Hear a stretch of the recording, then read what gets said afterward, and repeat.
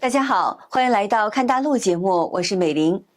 提起东南亚地区的电诈园，就让人感到不寒而栗。但目前情况呢，已经出现了大反转。随着美国政府大力打击柬埔寨的电信诈骗园区，缅甸军方也出手了。从2025年的10月24号开始，缅甸军方持续轰炸缅甸电诈集团的大本营 KK 园区里面的建筑物。有消息人士披露呢，缅甸军方使用的携带爆炸物的无人机袭击 KK 园区，而军方的地面部队则在26号用炸弹炸毁建筑物。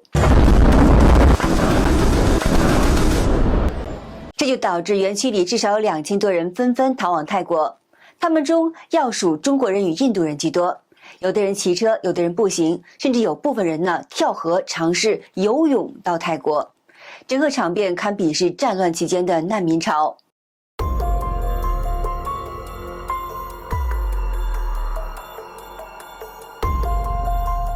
据泰国当局预测呢，未来几天内从园区里逃出来的入境人员将会持续的增加。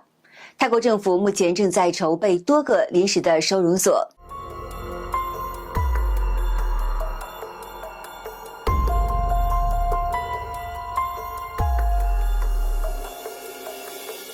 相关视频在中国热传，网友们对此事纷纷的表示：“我就说最近几天诈骗电话少了。”我说最近陌生电话怎么没有了呢？那我被骗的钱能要回来不？也有人对此并不乐观。炸园区只是为了转移新的地方，一个空园区人都转移去其他地方了，从很多处亚洲运往去迪拜，还有很多地方。那网友们的略显悲观也不是没有原因的。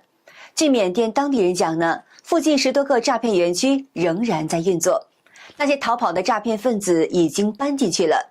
妙瓦底一个诈骗园区的人员说呢，他们那里照常运营，还可以使用公司提供的网际网络。之前 SpaceX 宣布已经切断了 KK 园区的2500多台星链设备的服务，但诈骗园区竟然还能连上缅甸的 Maytel 电信以及来自于泰国的光纤。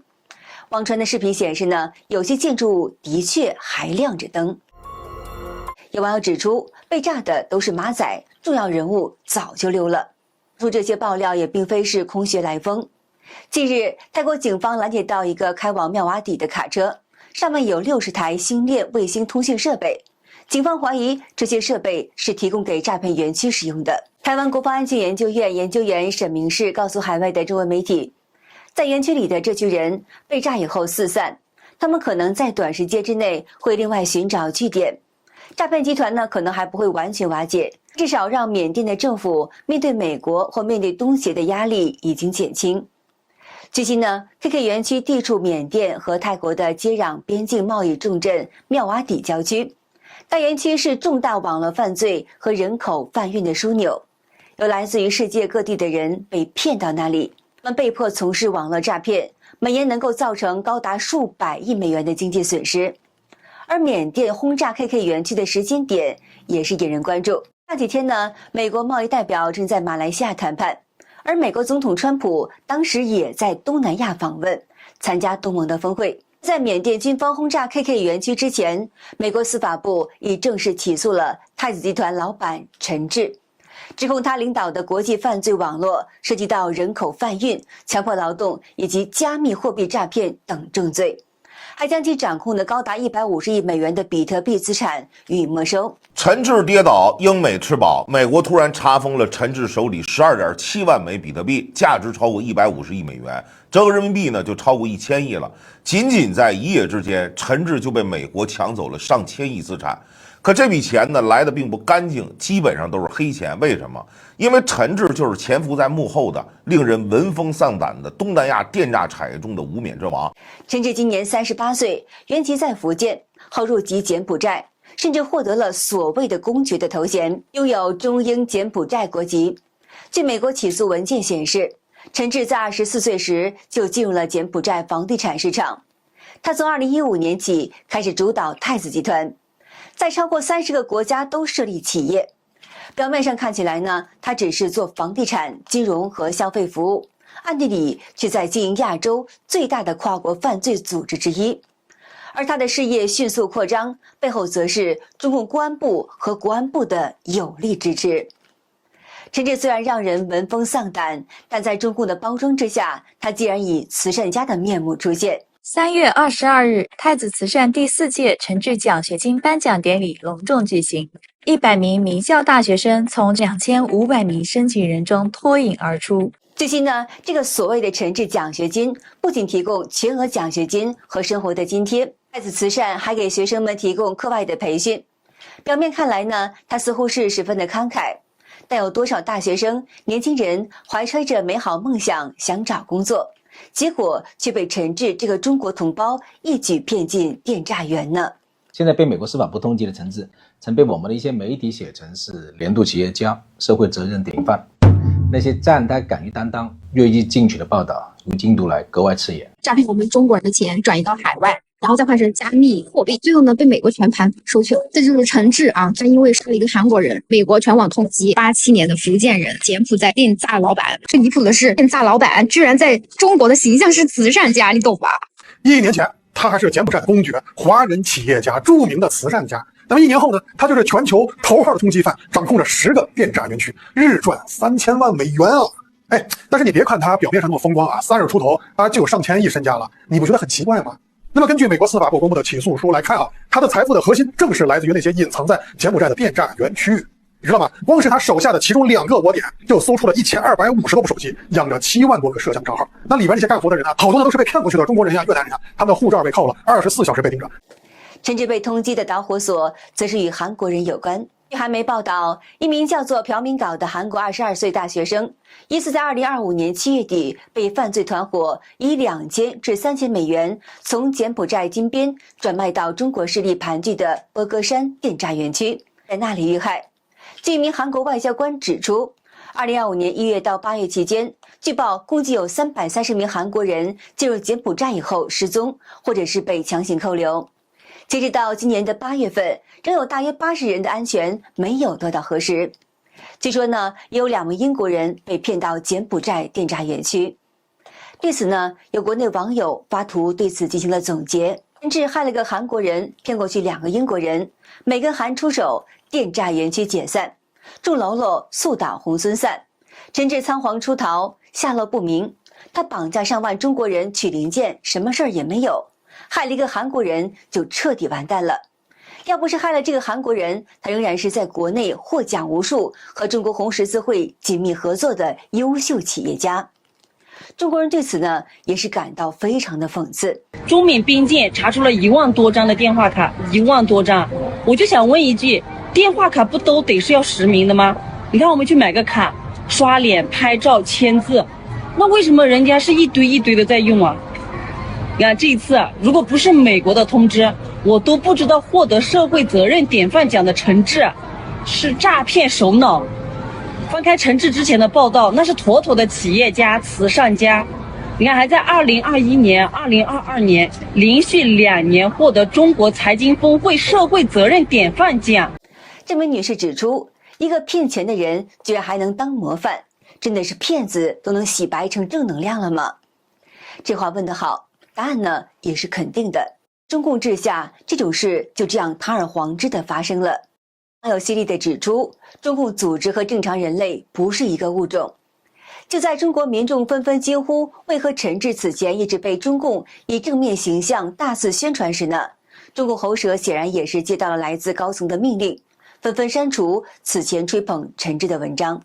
有人指出呢，直到2025年的10月14号，美国财政部将太子集团列为了跨国犯罪组织，这场持续8年的骗局才被戳破。而更加讽刺的一幕发生了，曾经吹捧陈志的媒体连夜删文，23篇正面报道一夜消失，有早截了图，做成媒体翻车实录嘲讽。这篇太子集团勇担企业公民责任，引领东南亚发展新动力，与北京红十字基金会访问太子集团等等，都显示出这个陈志绝非是一般人。而年纪轻轻的陈志之所以能够做出这些事，自然也是和他是中共体制内人员有关。有消息说，陈志是中共党魁习近平心腹蔡奇的私生子。据旅美民意人士盛雪在 X 平台的爆料表示，陈志其实是广东省省委书记黄坤明妻子的姐姐的儿子，他专门负责中共中央福建帮和中共党魁习近平姐姐齐乔乔财富管理，还给他们洗钱。在齐乔乔安排之下，陈志可以直通中共的公安部、外交部和其家在深圳的基地深圳迎宾馆。而电诈杀猪盘只是他顺手做的项目。据称呢，陈志亲自管理柬埔寨诈骗园区，他威胁被贩卖的工人执行所谓的诈骗任务。香港浸信会大学新闻系高级讲师吕秉权曾向德国之声披露说，中共领导人和权贵家族洗钱都是通过代理人运作的，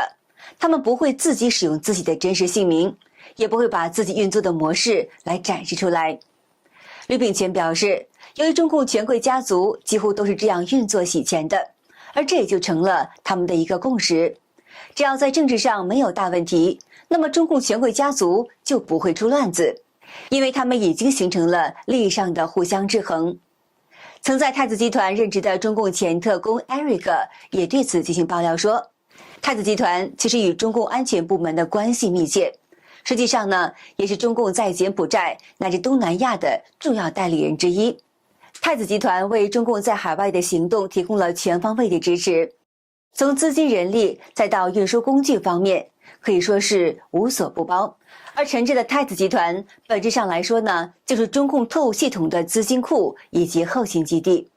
X 平台博主海外爆料发文指出，有网友发现，现任柬埔寨大使、前任外交部发言人汪文斌曾会见过太子集团的人，而太子集团和中共官方背景不打自招了。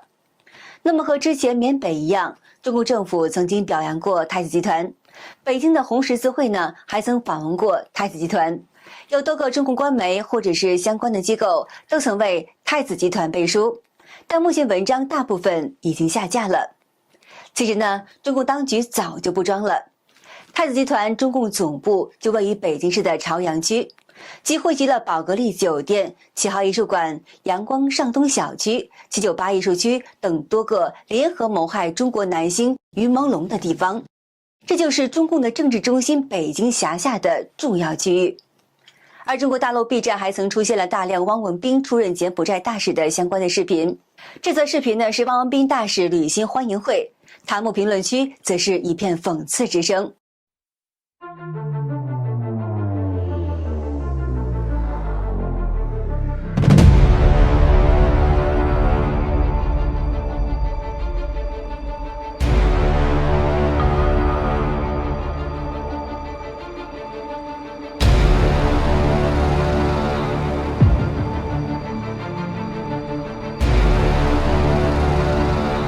网友们纷纷表示吓哭了，做大做强，再创辉煌，官方合作愉快，真正高端局，《西游记》具象化了，真排场呀！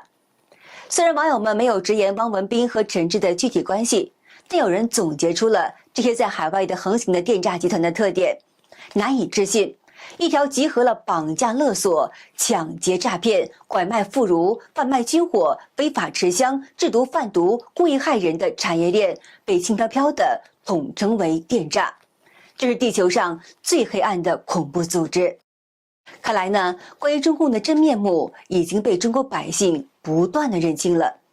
而陈志这个貌似年轻又能干的年轻人，竟然是中共党魁习近平家族洗钱的工具。那些让无数中国人挥之不去的电信的诈骗噩梦，竟然和中共最高层有关。那些失去孩子的父母，怎么也想不到，自己的心肝宝贝儿之所以被骗到海外的电信诈骗区，并过得这么悲惨，竟然是这个所谓的党和国家领导人一手造成的。那说来说去呢，中国人的悲剧还是因为中共所导致的。好的，今天就和大家聊到这儿了。